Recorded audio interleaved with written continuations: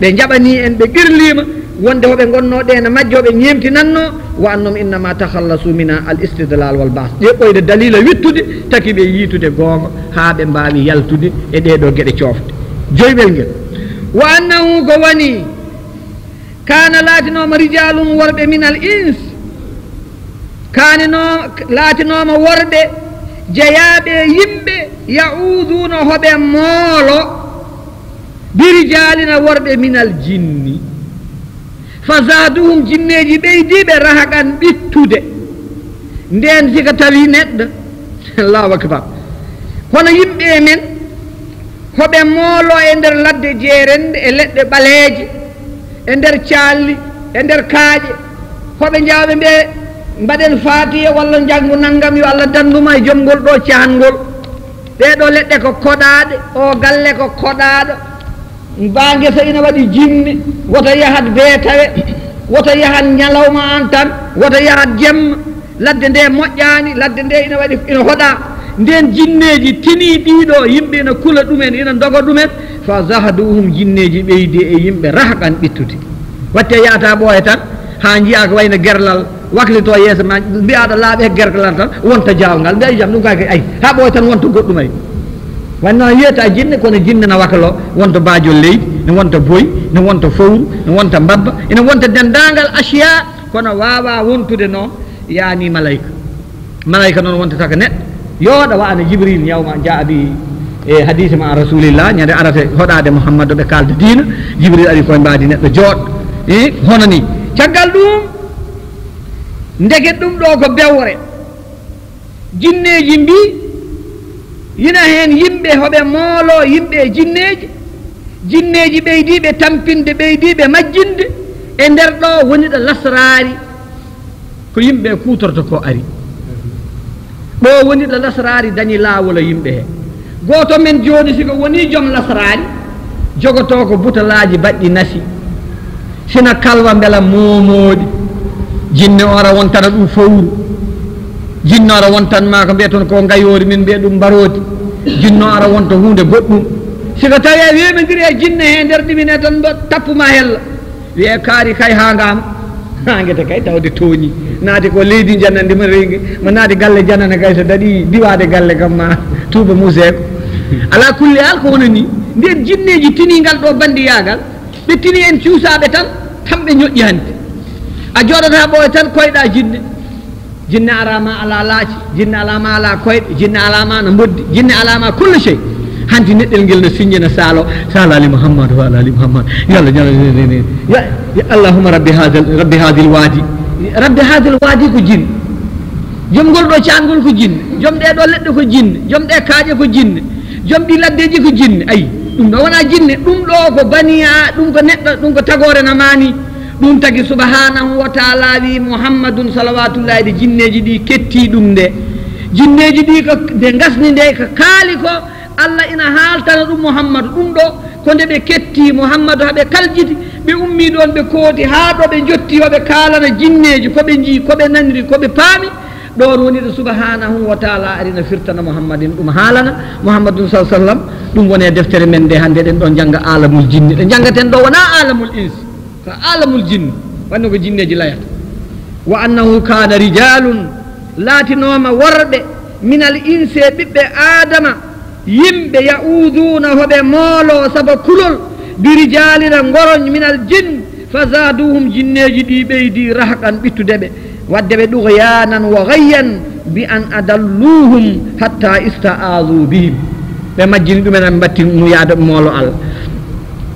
yani nden jinneji annahum lamma sta'azu bil jinni khawfan minhum nden ɓe mbatti imsinade jinneji hoɓe moolo jinneji ɓe imsinaki Allah istadalluhum jinneji ɓeltiɓe jinneji cuusniɓe Allah jinneji ɓeydiɓe toonje caggal ɗum subhanahu wa taala wi wa annahum na jinneji ina kaala Allah ina haaltana men wa annahum na kamɓe jinneji zannuɓe cikkuno kama zanantum koko cikkuno ɗon ko Allah yab'atha Allah wonta nel ahdan hay goto hoɓe jogino on sikki jinneji cikkuno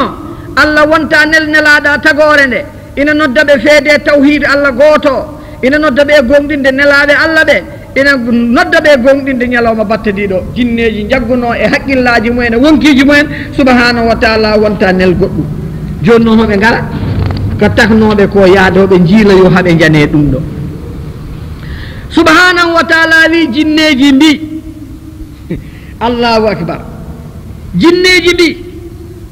hono no imamu ahmadu wi wa imamu termadi e imamu nasai e ittita ibnu abbas qala kana li shayatina maqaidi fi sama yasmauna fiha alwahy woɓe joguino jooɗorde ɗeɗo jooɗorde hoɓe jooɗonaɓe ketto ko ummoto dow asman soɓe nani konngol gotol zadu fiya tis'an konngol gotol ɓe ɓeydata hen ko jeenayyi koyngol so ɓeydama jeenayyi hono ngol fottata sappo fo ammal kalimatu fatakunu haqqat ngol ɓe nani ngo konngol gonga koɓe ɓeydi ko hen ko fenade nden Allah neli sallllahu alayhi wa sallam muni uɓe ndiwa maqaidum ɗo ɓe jooɗotono ɗo watti soɓe jooɗima ɗon tan ko hoodere ɓe jayi ɓe kalnoye ɗum jaafoɗon mawɗo jalluɓe o ono iblis ɓe kalnoye ɗum fa zakaru li dhalika li iblis walam takunu nujuma yurma biha qablu dhalik tawi koode ɗe no mbaɗata joni ni ɗe mbattan noon fa qala lahum ma hada illa min amrin qad hadasa fi l ard iblis wiiɓe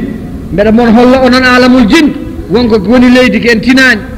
tano neli soldateɓe fa wajadu rasulullahi qaiman yusalli bayna jabalayni gonan mbi makkata fa ataw fa akhbaru ɓe kalani ɗum ɓe kabri ɗum fa qala hada huwa alhadathu alladi hadasa fi l ard allah ina haala joni paamino jinneji mbaɗatno ɓe jooɗotono koɓe ƴetta kabaruji fi kulli makan kono noon nden jeeyi ha ɗum jaaki ɗumen ɓe jeyita mawɗo mumen to mawɗo o haalani ɓe neliɓe ɓe naati aduna ɓe jiili haɓe jiiti ɓe garti joni noon no ɓe mbaɗatno ni allah na haaltana men ɗum jinneji na kaala allah na laytana men jinneji mbi wa annana enen lamasna sama en memi asmano fa wajadnaha annana enen lamasna en memi assama fa wajadnaha tawɗenmo muli ata homo heewi harasan gardoɓe shadidan sattuɓe wo shuhubane koode sirtotoɗe no mbaɗa ɗumen subhanahu na haalana men maqalul jinni ndo neli mouhammadou nde o jippini qur'ana o reeni qur'ana e mouhammadou o jinneji mbi asmani heewi gardoɓe tiɗɓe koode e dendagal bangeji eɓe kaɗama wujjude nanɗe kama kunna nafa'al jinneji mbi ɗum woni a nokku battuɗo jeeɗiɗi jinneji mbi wa annana enen kunna en laatinoma nabbudeɗen jooɗono min ha e asmano maqaida jolle lissami wonande hettade wa anna kunna naqdudu qabla dhalika fiha e palasuji aduna he maqaidun khaliyatun min alharasi wa suhubi linastariq assama en ndiwama hen joni en gujjata hay batte qur'ana yani wo nulqi ala alsinati lkuhani fayaltabisu lamru wala yadri sadiq فكان ذلك من لطف الله بخلقه ورحمته بعباده وحفظه لكتابه العظيم سبحانه وتعالى بجنيجي بيئن minen de mbeɗ min jooɗantono min ha e ɗin palasuji maqaida jolle lissami wonande wawde hettade e wawde nande yani e wawde hettade e wawde nande komin mbawi addude ko toon kono subhanahu wa taala reeni nde ɗo deftere reeni oɗo mouhammad e neware makko e tagore he e yurmede makko e jiyaɓe ɓe e rendema nde ɗo deftere teddude ɗum tagi jinneji mbi faman yastami il ana kalama hetti hande walla joni yajidu lahu ɗon tawata ɗum sihaban docatal rachadan ponda ngala mungal wopata ɗum ne ngal ɗo docatal heɗen mooli allah kala maɓɓe ɗaɓɓuɗa hettade hande ɗon docatal ngal tawata ɗum la yatahattahu wala yatahaddahu ngal wirtataka ɗum ngal yawtata ɗum ɗum ne bal yuhlikuhu wa yahmaquhu ngal halkat ɗum ngal fitta ɗum kado wontata hay batta hay hen ɗo wontata ɗum noon eɗen ina haane men enen ummatu mouhammad ina yooɗe men no fote men mbawen gomɗinde ko qur'ana men addi ko wonde jinneji ina gujja nande ɓe kaɗama ɗum caggal de nelaɗo sallllahu alih wa sallam walakin la narifu kayfa kanu yastariquna sama noɓe gujjiranno nanɗe ɗe enen en ganda ɗum en ganda kadi haqiqa renoɓe ɓe kadi no kadirta ɗumen en ganda kadi koode ɗe ɓe beddateɗe kadi no ɗe janirta mumen saba jinneji ko ɓalli jaygol fa kayfa tahtariqu bisuhub ko jaygol e jaygol ay jinneji ɓalli ɗi ko jayli wa ayna khuliqa al jinn alaysa khuliqu min an nar joni noon annaru tahriquha jayge ara duppa ngeen jayge momlita ngeen jayge ha ngeen atta wonde ɗum noon heɗen yiya heɗen jiya ɗo ko ɓeydoto ɗen nande paamen hono ɗeɗo jolle hande sen jiɗiɗe famde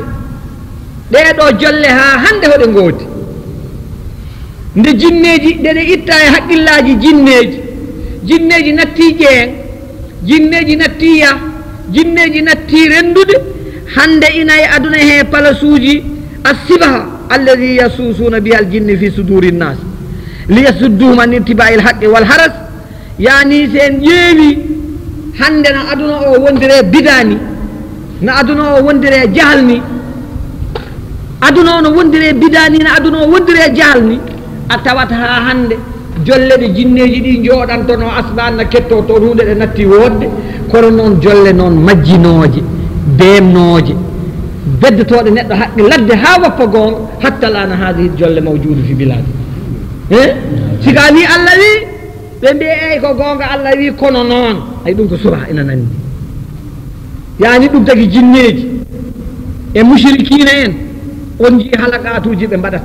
on nani hadaratuji ɓe mbaɗata on nani kulla ma yaqumuna bi koɓe ummanto ɗum yani pour faddade haqqillaji ɓiɓɓe adama wota haqqillaji ɓiɓɓe adama ƴettu gonga mo nelaɗo addi o e gonga gonɗo e qur'ana he ha gonga o ƴetta gonga haqiqa mum ha ɓi adama o wawa naftorde yani ko jinneji ɗi ndiwano heccanki ko ɗi ndiwama ɗum dow kono noon ina waɗi jowmande shayatinal insi nane aduna he so on ƴeewi ɗum e nder men on jii hande ñemtingol gongol e leydi e ya yen ñallo barke kaari yen mbiyata barke kaari ɓeena mbakki gallaji ɓeena jogii baaji ɓeena mbakki no mbiya salali mouhammad ɓeena jaaha jisane ɓe ina mbaɗa